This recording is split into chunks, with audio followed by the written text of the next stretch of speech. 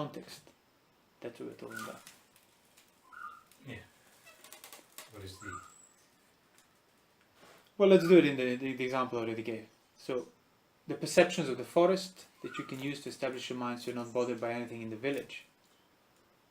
It's not the actual perceiving of the forest. Like, I'm perceiving that I'm in the forest, which is usually how people practice their meditation. It's quite the opposite.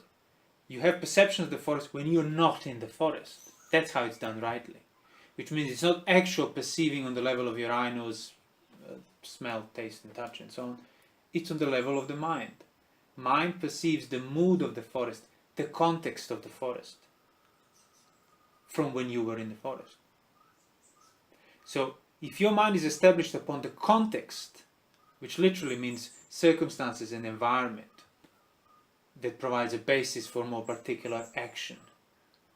So now, despite that you're in the village, your mind refuses to abandon the context of the greater forest, which means then your time in the village, it's only going to be minimal for whatever necessary reason, but it won't be uprooting the general context of the perception of the forest. I am the forest dweller. I live in the forest. I am the forest.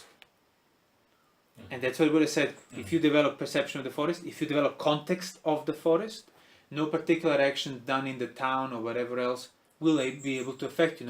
No particular sight, sound, smell, taste, touches from the town or a village will be able to affect you, because the mind still perceives itself on the basis of the context of the forest. But if you get careless, you forget that, you start giving in to particular sight, sound, smell, taste, touches in the village, you drop off from the context of the forest. Your senses are unguarded, pulled down. Exactly. So once you're established upon the greater context, the context of the forest, all you need to do is guard your senses on a particular basis. As in, just don't intentionally go with the unwholesome, and context of the forest will be maintained. And then the Buddha goes further and says, well, what's even greater context than the context of the forest? Because if something happens to the forest, which is your context of your mind, then you would be affected. But then you look at the higher, because context of the forest is greater of the context of any particular village or the town. But if you look higher, you can find the context of the earth, planet Earth, element of Earth, call it whichever way you want. Whether you're in the forest, whether you're in the town, whether you're elsewhere, you are on Earth. So that's even greater context. But as I said, if you truly start developing context of the earth, that would require some serious letting go and giving up of basically your life and your own body. In other words, if you're still concerned over things in your environment, over your kuti, your dwelling, this woodland or that woodland, means you're not giving things up. So how can you then transcend the greater context when you still refuse to let go of the particular context? So if you develop your mind upon the context of earth, it would result in you not even regarding your own body as belonging to you anymore. That truly means developing the greater context, the greater perception. And that's why they would encourage it, to contemplate the four elements and so on, because it will result in this passion towards this particular manifestation of material form on the basis of the greater context of earth. Because whatever you look in this body, it's the elements that compose everything else in the world. Which means all of that is inferior to the great basis of the context of earth that provides these elements. So I'm saying this because sometimes people can think that simply by thinking about a great earth, they're developing the context. But you will know you're developing the context when concern for your own life and body, senses failing, anything that can happen to you, sickness, disappears. You're not concerned because your mind is established upon much greater context. So in that sense, yeah, that's what I wanted to say. You could see the context determines the extent of your perception. So to the extent of the perception of the earth, that context defines everything particular that comes your way and whether you're going to be affected by it or not. And the literal translation, the literal Pali word that can be translated as extent, most literally, is kasina. And that's exactly why the earth kasina, the water, fire, air kasina, and they would encourage these practices. So it's not, usually people think kasina practice is staring at the clay pots and red colors and whatnot. No, it's developing these perception of the context that will have to result in this passion and abandoning of anything inferior to it. And that's exactly what the Buddha would say. He said the mind, the Tathagata understood the extent of the earth. He understood gratification in earth, danger in earth, and escape in earth. And what is then to be said about everything else that's inferior to earth? But then he went further: earth, water, fire, air, the four colors, the infinite space, and consciousness. And he said the consciousness is like the most refined of them all, as in the context of simple presence. Whether it's the suffering that's present, happiness, perception of village, or all of it, what it all has in common is it's present, it has arisen, and you can discern that extent. But by that time, you're virtually going to be like full-on arahant, developing basically cessation of perception and feeling. But you don't have to, it's enough to do the extent of earth. So it's not like progression, you have to go through all 10 extents, all 10 kasinas, all 10 contexts. No, just start with the lowest one, it will be enough for final liberation. Because in order to properly develop the context of the earth that you are partaking in with your own experience right here, right now, you will abandon everything inferior to it. Any sense of ownership in regard to this particular insignificant little body, any like body of others, presences of others, houses, homes, villages, anything, it's inferior to the planet Earth, to the element of Earth that planet Earth is made of, the element of Earth that gives context to the planet Earth, that gives context to the island you're on, mountain you're on, forest you're in, kuti you're sitting in, your own body that you're possessing. And you could see all these great mountains are already greater than your body. They're going to be here longer than you will. They've been here longer than you ever will be. Yet it's through not seeing that context, not allowing it to endure, not knowing how to maintain it in the background of your mind, you get pulled with the particular senses, and then you sort of pervert the whole picture, and then you are the center, you are the context. That's why the 5 modes of being for unenlightened mind are the 5 contexts, which is the 5 hindrances. The context of sensuality, context of ill will, restlessness, doubt, and sloth and torpor. Those are all contexts. Those are all general contexts that determine your particular actions. Would you be able to engage with sensuality, with sensual acts, pursuits, if the context of sensuality is not pushing you that way? If you haven't given in to the pressure of the context of sensuality, would you be then deciding the particular acts towards sensuality? No. But then at the same time, if you were not doing the particular acts of sensuality, would that context be maintained? No, because it needs maintenance. You need to be engaging in sensuality to be maintained sensuality. That's why sense restraint has to come first. You stop maintaining it so that you can discern it. Now the wholesome context, the context that's on the level of nature of things, it's what the Buddha meant by the extent of the earth, water, fire, air, or these general perceptions that you can use to abandon inferior ones. And they pertain to the nature of things, as in they don't require your doing.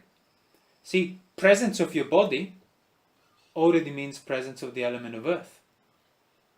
But which side of that presence you're gonna think about, you're gonna establish yourself, you're gonna be concerned with? The general side of it, which is element of earth is present, that cannot be mine because how can I own the element of earth? Or the particular manifestation of the element of earth that's this body of mine, in which case you will be appropriating it and is regarding it as yours. So if you start, that's what the Buddha was saying to Rahula, like be like earth, be like water, not in some poetic sense. No, because you can. The perception of your own body here contains the greater perception of earth. And the perception of your own body here, it's inferior to the greater perception of earth in regard to it. As in, the perception of your own body here is on the basis of the context of element of earth, element of solidity, cohesion, fluidity. The four great elements are the four great characteristics that this particular body has. But it's other way around. These are not characteristics of your body. Your body is the product of these characteristics. And you realize you can't own this. You can't own cohesion. You can't own solidity. You can't own heat. Just like ambiguous element of heat. Well, it's ambiguous only because you still give priority to the particular result of that context, which is this body of mine and these senses that I can use. So if you want to abandon hindrances, you develop greater context. You want to abandon hindrance of sloth and torpor, replace it with a context of something active. Walking back and forth.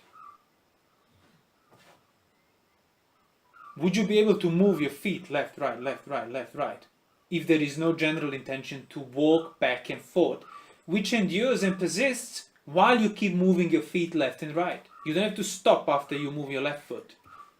Or if you're going back and forth, you don't have to, I'm thinking about behind while I'm going forth, because otherwise I don't know what I'm doing. No. You have the context of walking back and forth as one intentional thing. That's what defines all these particular acts you do. And that's why what it carries the context. Your particular acts that are defined by the context maintain the context. That's why you don't have to keep thinking, I'm walking, I'm walking, I'm walking. All you need to do is not forget that you already know that you are walking. You can't be outside of the context. You can only replace the unwholesome context with wholesome context. You can only replace the unwholesome perception of continuity with wholesome perception of continuity. Because the context endures while you're performing actions on account of it. So replace the context of sensuality with context of restraint. Context of ill will with context of loving kindness. Context of doubt with context of comprehension. Context of sloth and torpor with the context of wakefulness. Because it's effortless. You doing, that's not effortless. But if you start discerning the context rightly, that's effortless. Because walking maintains the context of walking, but context of walking gives the context to the actual particular movements of your feet and the whole act. So there's nothing for you there to do. You're just walking because the context of the walking is present. All you need to do is start discerning the context of the walking, then you'll never have a problem doing walking meditation or being lazy, for that matter. All you need to do is attend to the sign of activity, so to speak. The perception of walking back. Well, yes, because it is a form of perception, but the problem is if you say the perception of walking back and forth usually just plays into people's misconceived notions of meditation of I'm perceiving my left foot, my right foot, my left foot, my right foot. So perception of walking, as in I have to keep telling myself and perceiving that I'm walking in order to know that I'm walking. But you already know that you're walking, otherwise you wouldn't be able to walk in the first place. So that knowledge is that context. That's why mindfulness of the context brings comprehension, brings discernment, brings samadhi, brings composure of that context. Context is composed if it's the right context. And that you can see how it's all basically just completely tied in together. Whether it's mindfulness, context, kasina, or samadhi, or this, it all leads to the same thing. Clarity of mindfulness and discernment of the nature of things. Because if your walking is determined by the context of the walking, and context of the walking is carried through the walking, where is there room for the sense of self who is saying, I am walking? There isn't any room. It's almost like an automated action, but in only way to understand how automated it is to abandon your sense of self, through developing this greater context, through discerning it. In other words, you're either a Patujana, or you're either Arya Savaka towards Arahantju. You can't have a clear sort of step outside from either and then decide. You're either immersed into not seeing the context or you start seeing the context. So the greater context of anicca, sanya. Yeah, sure. The the context of the nature. What is the nature of things? It's context of those things. And So the Dhamma is the universal context. And what's most universal about anything, good, bad, far, near, personal, impersonal, it's that it has a reason on its own. They cannot provide that lasting satisfaction of ownership, and because of that cannot be owned. So it's anicca, it's that universal context, one of them. Unsatisfactoriness is another universal context. The result of these universal contexts is that your experience is this then cannot belong to me. Because it's determined by this greater context, which I have no say in. As I said, how can you own a notion of cohesion? How can you own solidity, fluidity? How can you own? But see, you see this fluidity, solidity, cohesion, you see that secondary to the sense of self because you haven't developed the right context in regard to your sense of self on account of which you would have discerned these things. That's why the four great elements, the four great contexts. Or yeah, you could approach it through the contemplation, comprehension and discernment of anicca.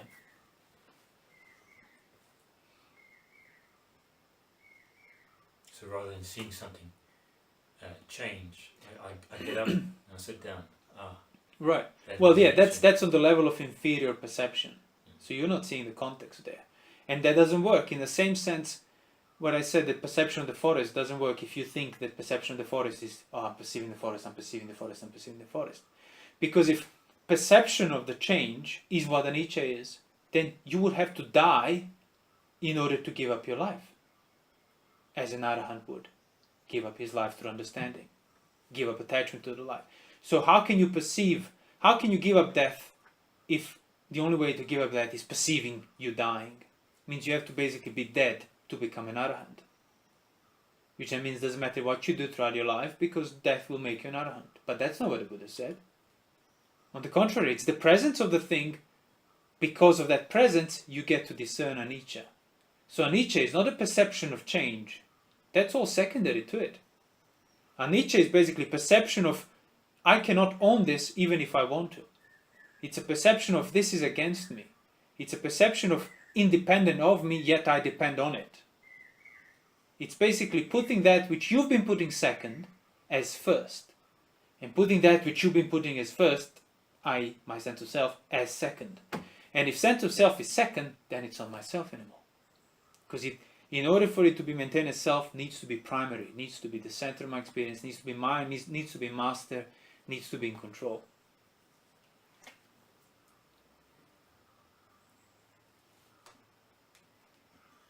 That nature of anicca, the great context of anicca, that's there.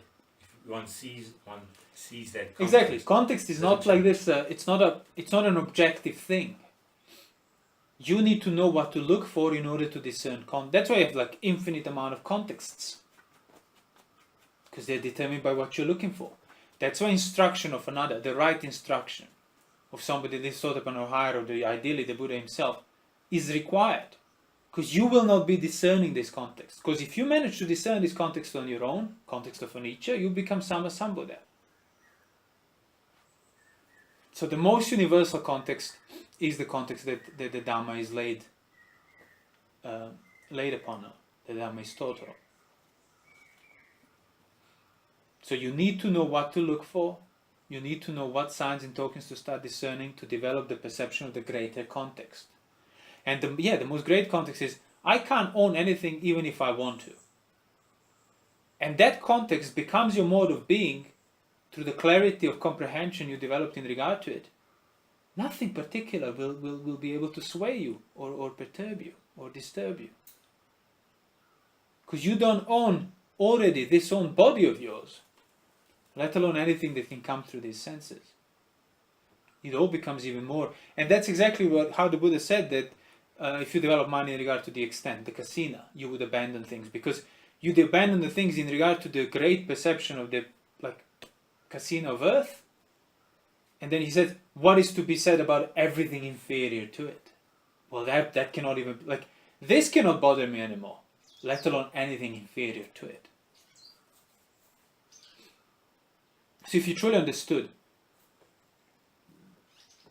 the most fundamental context of anicca in regard to everything that has a nature to manifest, that's basically Sotapatti. That's what it means. Whatever has the context of arising, because of that, has the context of cessation, has the context of non-ownership, non-appropriation, indifference, dispassion. All these other contexts come from that context. But how can you discern a context if you don't even start having an idea of the context? No instruction, no reflection, no questioning, no interrogation, no looking for the meaning of the context. When all you do is look at the particular thing that's in front of you, sight, sound, smell, taste, touch, sitting, walking, left, right, back, forward, left, right. Like basically, it's a. Well, I'm sure many people are not aware of it, but in practice, it becomes like a cop-out. You try to overcome the context of suffering, context of non-enlightenment, through denying that there is a context at all, through focusing and staring as hard as you can at what's right in front of you. So when there is in front, you don't think about back. When it's back, you don't think about for being in the present moment. That's usually what people mean by it. Focus to the one point whereby you forget everything else.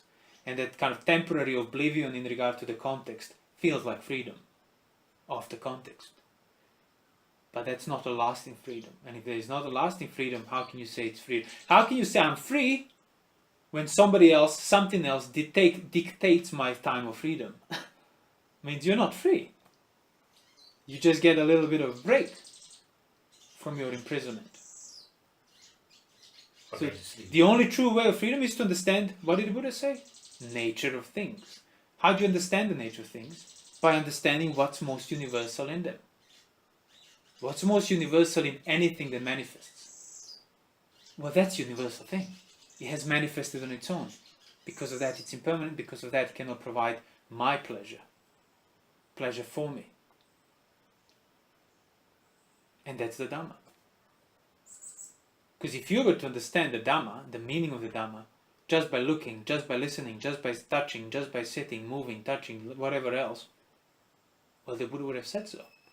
He would be talking about all these ways of establishing your mind, discerning the nature of things, and not resting until there's until you're sure in your knowledge, and then not just the knowledge that you know as well. So you could see that practically, when people end up practicing the focusing meditation to one point, it's all done from the context, or trying to deny, ignore, get rid of the greater context. Because greater context is unpleasant. That's why a person who invested a lot of their time and energy and years in this kind of concentration practice becomes very uneasy if that concentration practice is compromised or questioned, or even just challenged by somebody. Not even at them, just they might read something who somebody said and dismisses it, and they will be affected existentially. They would feel need to defend it. Why? Because they become aware, unwillingly, of the greater context. And what is the most fundamental nature of the greater context? Any context, for that matter. It's manifested, it's there, cannot be owned, cannot provide lasting satisfaction. So you realize then that, ironically, for many people, practice of Dhamma through that concentration, meditation, object and technique takes them away from the Dhamma. Because Dhamma is knowing the context, not running away from it and covering it up. And that's the danger of the wrong view. You can be thinking you're doing the Dhamma rightly, while in reality you're just developing your wrong views further and further and further. But it's easy to uproot. But obviously, the longer you don't do it, the more courage to do it you're going to need. And the point will come when theoretically the courage will be possible, but practically it becomes impossible. And you will do it just if you have a courage to ask yourself, okay, if I were to drop all my knowledge, all my techniques, everything I've been doing in my life, would I be able to suffer? would I be affected by suffering in the first place? Sure, I might have a perfect meditation technique and perfect management, and my teacher always tells me what I need to hear. It's all great. And I've been celibate and practicing this for 45, 50 years. That's all fine. Now put all that aside. If suffering were to arise of any kind, shape or form, for whatever reason, would you be affected first? And then would you have to do all of these things? Even if you just need to do them for a second, still, would your doing be a response to being affected by suffering in the first place? Did your practice make you completely imperturbable in regard to any form of suffering? As in, you are not touched by it in the first place. If the answer is yes, great, carry on. If the answer is no, there you go, that's your work there. Doesn't mean that everything that has been done was complete waste, but you'll find that out only afterwards. Once you free yourself from suffering, then you'll see what you've been doing was wasteful and what wasn't.